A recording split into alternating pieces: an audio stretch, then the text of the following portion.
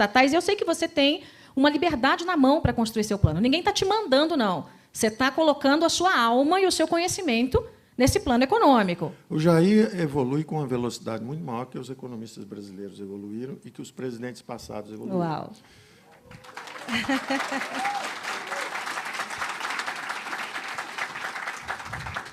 Os economistas brasileiros levaram alguns anos. Então, primeiro congelaram preços, depois congelaram a poupança. Quando viram que não dava certo, vieram com um plano real bem melhor, porque tinham um fundamento importante, a política monetária. Mas esqueceram dos outros fundamentos. Então, quando você faz uma política monetária muito forte, mas deixa solta a parte fiscal, o que acontece? O juro vai para a lua. Então, nós fizemos um plano que levou nossa dívida de a dívida está chegando agora a 4 trilhões, 3 trilhões por cento. Lembrem-se que lá atrás era coisa de 200 bilhões. Então, o que adianta se você pisa no freio monetário, mas pisa no acelerador fiscal? O carro sai andando de lado. É. Então, nós tivemos... E depois os tucanos não entendem por que perderam 4 eleições seguidas. Porque eles agradaram o andar de cima. Juro alto, o Brasil virou o paraíso dos rentistas e o inferno dos empreendedores. É. Subiram impostos, subiram os juros, empurraram o câmbio para baixo. Aí o Brasil cresce mediocremente 2, 3, 4 anos. O Lula tinha perdido 3 eleições.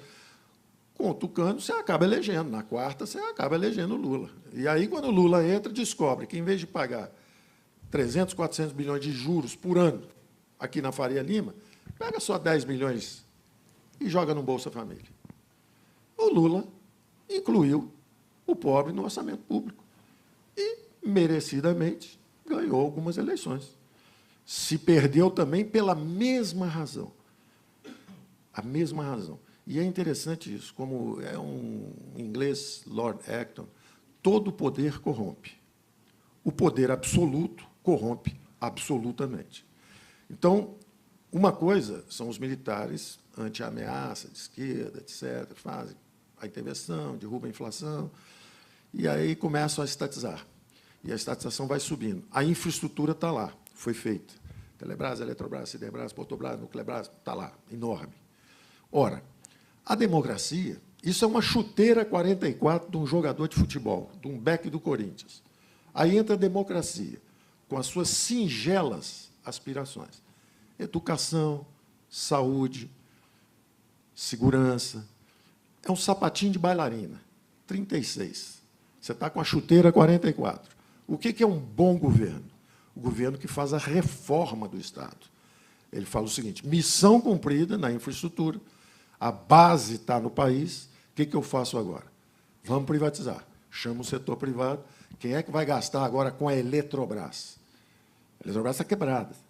As distribuidoras estão quebradas, estão sem recursos. Tem déficit. E tem que investir nos próximos anos, se o Brasil for crescer. De onde vem esse dinheiro? Se o governo está quebrado, não tem segurança, não tem saúde, não tem educação, não tem nada. De onde vem esse dinheiro? Privatiza, vende a chuteira 44, mata a dívida. Se você matar aí 20%, 25% da dívida, em vez de você pagar 400 bilhões, você paga só 300, 250. Você libera 100, 150, 200 bilhões. Para quem? Para saúde, educação, segurança. Como? Descentralizando. Eu digo para o Jair, você vai ser o primeiro presidente da República, em 40 ou 50 anos, que vai amputar seus próprios poderes. Você vai descentralizar o poder e descentralizar os recursos. O dinheiro tem que ir onde o povo está. O povo está na rua, então ele precisa de segurança lá. O garoto está andando aqui pela cidade, ele precisa da escola aqui. Não é no toma lá da cá de 42 ministérios em Brasília. Ao contrário, é regenerar a classe política. A classe política tem medo.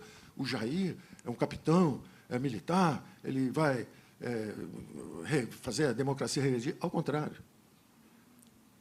A ausência dessa dimensão fiscal, a não percepção de que o governo se hipertrofiou, embaraçou os militares, constrangeu os militares no final. O que aconteceu no final? No meio de um choque do petróleo, o Delfim, querendo ser o primeiro sucessor civil, presidente civil, na melhor das intenções, tentando comida barata, crédito para a agricultura, etc., saiu empurrando, combinou uma demanda frouxa com o choque do petróleo, a inflação começou a subir para 100, para 200. O governo militar, apesar de ter colocado o Brasil para crescer, etc., sai sem graça, recua. a inflação começa a subir, entram os civis, sentam em cima da boca do vulcão, aquilo explode, vira uma hiper, e eles começam a rodar em círculos, e hoje dizem como se fossem virtuosos, como se assim, o Jair não sabe nada de economia. Ora, quem congela preço no Brasil inteiro sabia algo de economia? Quem congela a poupança no Brasil inteiro sabia algo de economia?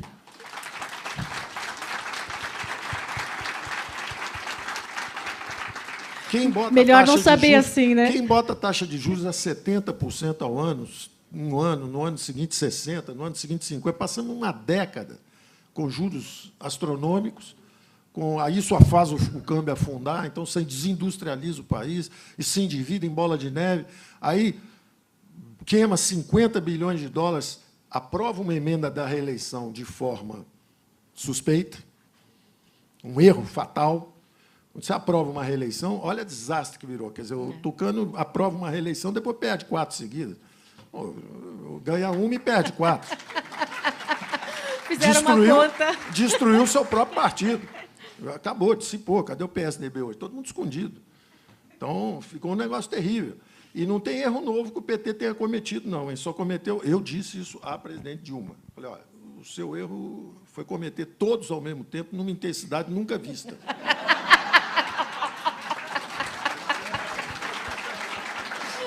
Mas erro novo não teve nenhum.